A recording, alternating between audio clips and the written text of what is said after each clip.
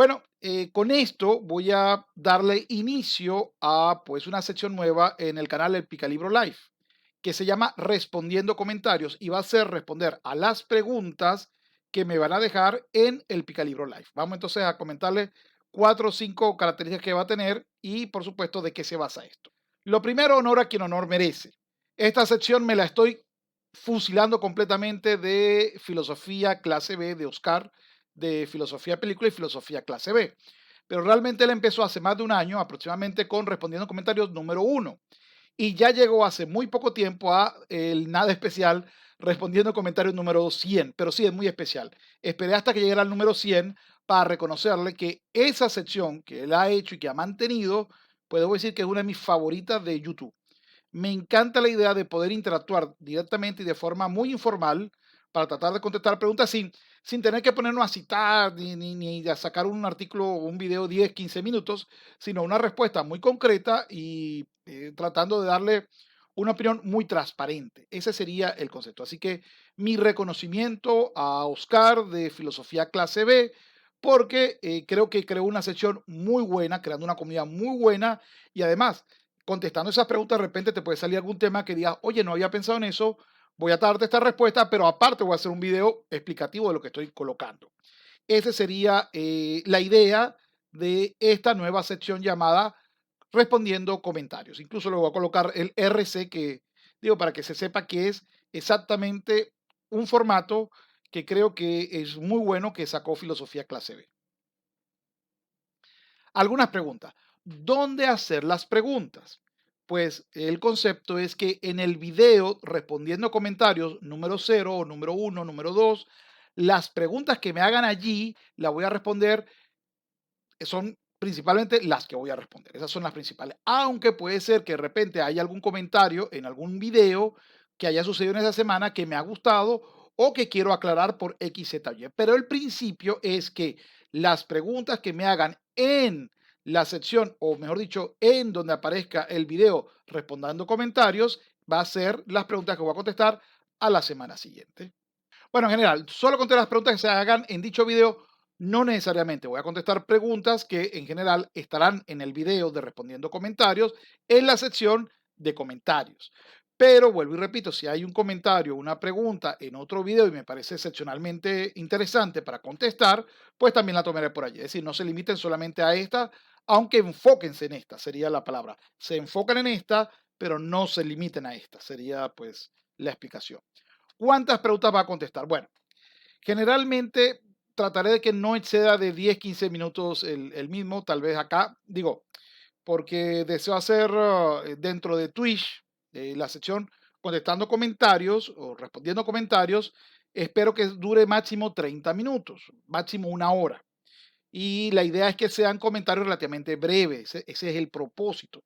Pero bueno, en principio entre 5 o 10 y dependen, por supuesto, de las preguntas. Pero no quiero que solo sean esas preguntas ya hechas. Por eso es que no quiero que, por ejemplo, Twitch sea una hora y sea solo esas preguntas, sino que sea media hora esas preguntas y media hora preguntas que ustedes tengan aquí o comentarios o vamos a ver una noticia, etcétera, etcétera.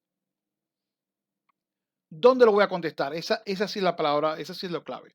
Las preguntas inicialmente lo van a lanzar en YouTube, en el video contestando comentarios, pero lo va a contestar en Twitch. Los jueves, todos los jueves después de las 6 de la tarde, hora Venezuela.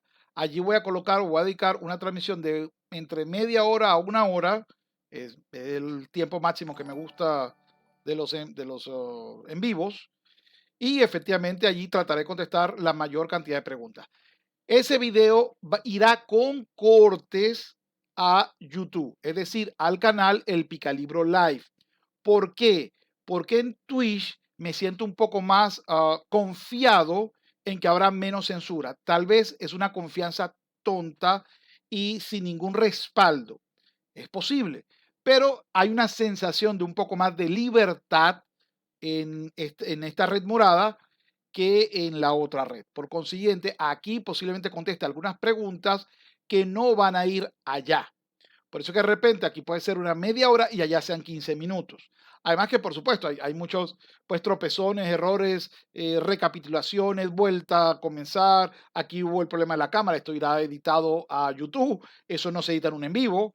etcétera, etcétera. Entonces contestaré en Twitch en vivo las preguntas que me hicieron y las voy a colocar así como están viendo estas, aquí, así como están viendo estas. Es decir, las voy a colocar en un fondo negro, en donde estarán sus preguntas y trataré de contestarla de repente coloco alguna imagen previa para contextualizar mejor la respuesta, pero trataré de responderla aquí en el en vivo. Es importante, recuérdense que el tema de la imagen es un tema delicado. Entonces es importante que ustedes me digan si puedo o no puedo usar su nombre y su imagen.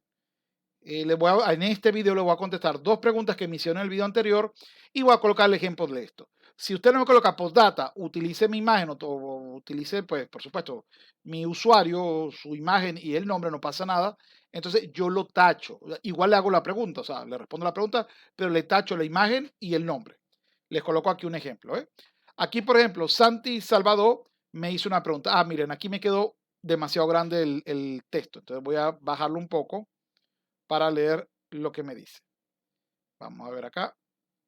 Me dice Santi Salvador. En realidad, tengo dos preguntas con que me respondas. Una me conformo. ¿Qué opinión te merece Chesterton? ¿Y crees que se puede olvidar a alguien a quien amaste mucho? Y aquí me dice en la otra parte de su comentario, y por cierto, puedes poner mi nombre. Entonces coloco Santi Salvador y la imagen perfectamente. Ese sería el propósito de esto. Voy a contestarle las dos preguntas que me hace Santi Salvador. Así que Santi, sos el primero de esta nueva sección que va para el Picalibro Live y que va a estar junto a Twitch en ser contestada una de sus preguntas. Bueno, las dos preguntas. Chesterton es un escritor, un intelectual británico de ya pues el siglo pasado, el siglo XX, y que manejaba un sentido de cinismo y de ironía muy bueno. Debo decir que él sufrió, pues, pasó por muchas etapas y ese desarrollo se ve en sus libros. Colocó unos libros de razonamiento muy buenos, como por ejemplo Herejes y Ortodoxia. Ortodoxia me encanta. También él pasó del protestantismo al catolicismo, lo que es una reivindicación un poco a las ideas de la cultura mediterránea y latinoamericana.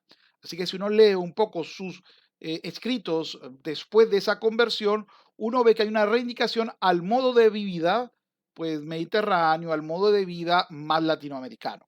Y tal vez suena esto muy, muy extraño, pero recuerde que en aquella época Latinoamérica, en la mayoría, pues en uno de estos países, eran potencias importantes. Es decir, no habían participado en ninguna, pues, en conflicto mundial. Eran unas zonas de paz relativa. Argentina, Venezuela, México.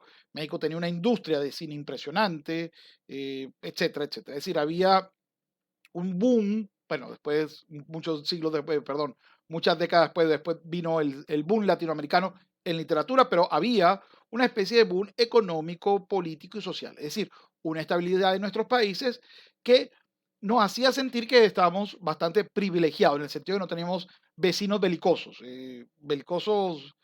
al estilo europeo, que quede claro, porque podemos tener conflictos, pero si ustedes ven, salvo el conflicto que hubo de Argentina, Uruguay y Brasil contra el pequeñito, perdón, Uruguay, Argentina y Brasil contra el pequeño Paraguay, no ha habido un conflicto que se parezca en vidas o en decesos a lo que ha sucedido en Europa, pues en el siglo XX, ¿no?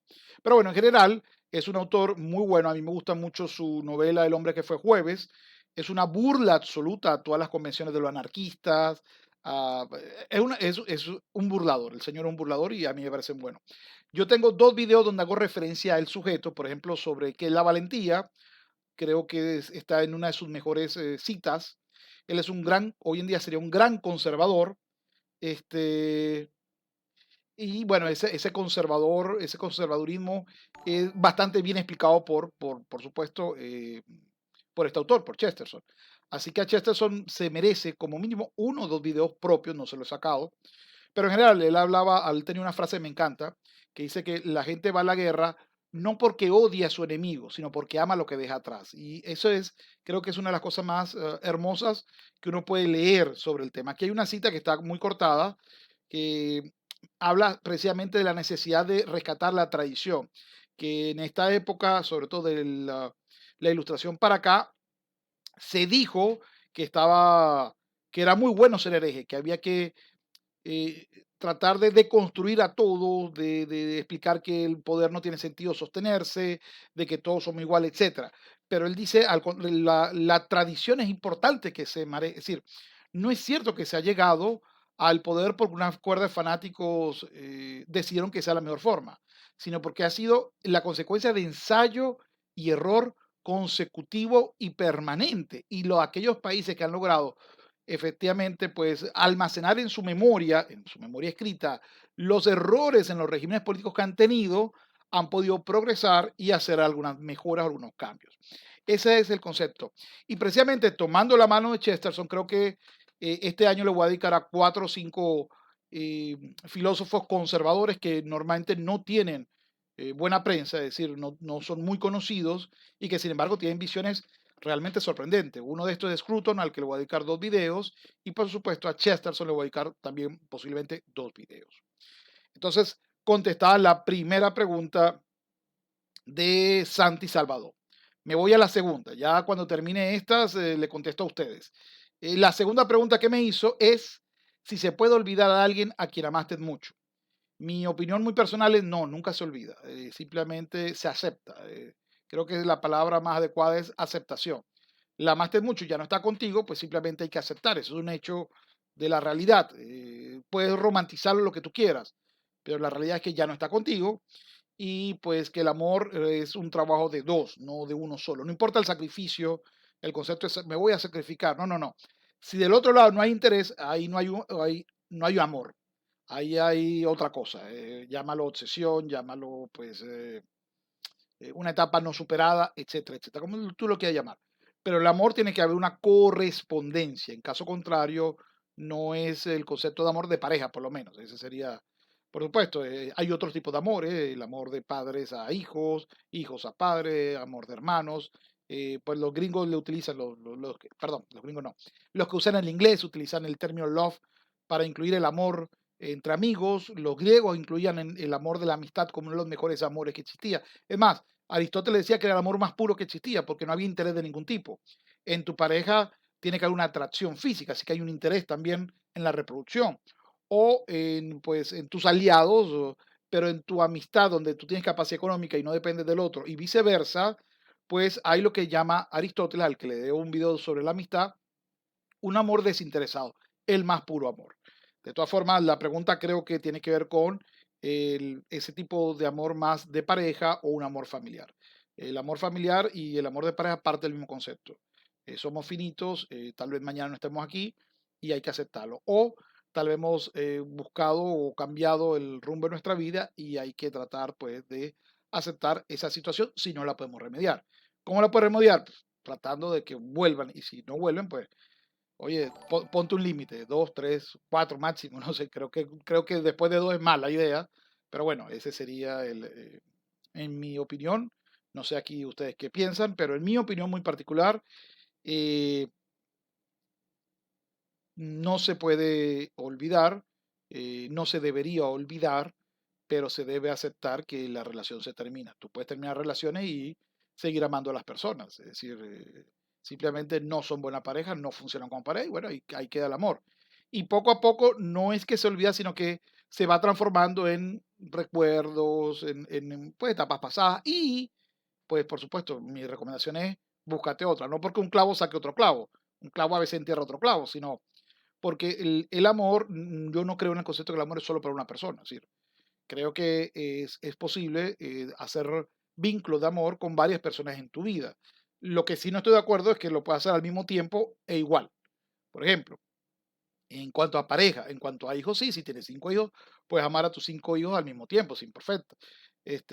A tu padre, a tu madre, a tus abuelas, a tus hermanas, a tus hermanos. Pero en relación, pues, de pareja, sí creo que se requiere cierto nivel de exclusividad. No creo en el concepto del pluriamor, por lo menos no lo considero así. Considero que pues es libertinaje de los cuerpos, pero no considero que haya un amor, ya que el amor implica una relación eh, no solamente afectiva, sino de apoyo y soporte permanente. Y si ese apoyo es entre tres, muy posiblemente haya conflicto entre dos y no puedes hacer ese apoyo. Eso es lo que quiero decir. lo veo muy complicado. Pero es posible, sí, es posible, pero yo no lo creo así y yo no lo apoyo. Esa es mi visión. Vamos, por supuesto, a la otra pregunta. ¿Y qué pasa si yo no expreso mi deseo de repente utilizar, que me digas, no sé, el nombre? No te coloco en ninguna parte, te permito utilizar mi imagen o mi usuario de YouTube, no vas a tener problema, no te voy a tumbar el video por imagen, bla, bla, bla. Con que me coloque, no tengo problema con que utilice el usuario, yo no le coloco ninguna marca encima. Aquí la coloqué, este es un usuario muy recurrente en los canales, a quien saludo y agradezco que siempre pase por los canales. Y por supuesto, como no me colocó si tenía problema o no tenía problema de colocar su imagen o su nombre, entonces por supuesto le coloco una mancha encima, pero le contesto la pregunta. Me pregunta, ¿qué piensas de la llamada generación Doomer? En este caso, por supuesto, aquí yo hago un chiste o un intento de chiste. eh, la generación Dahmer, supongo, Dahmer significa condenado, ¿no? Supongo que se refiere a los que jugamos Dom. Yo jugué Dom y Duke Nukem y todas estas cosas y me encantaba este videojuego en la computadora. Así que supongo que no se trata de eso, pero hay un concepto desde hace tiempo se está prosperando y es el alarmismo de cualquier tipo. Es decir, si tú ves las noticias, hay un concepto de apocalipsis inminente. No importa la causa, pero sabremos que ese apocalipsis es inminente y viene el fin de la humanidad. Y ese fin de la humanidad posiblemente sea culpa tuya. Ese es el problema. Y los medios venden mucho esto, no el miedo, el pánico.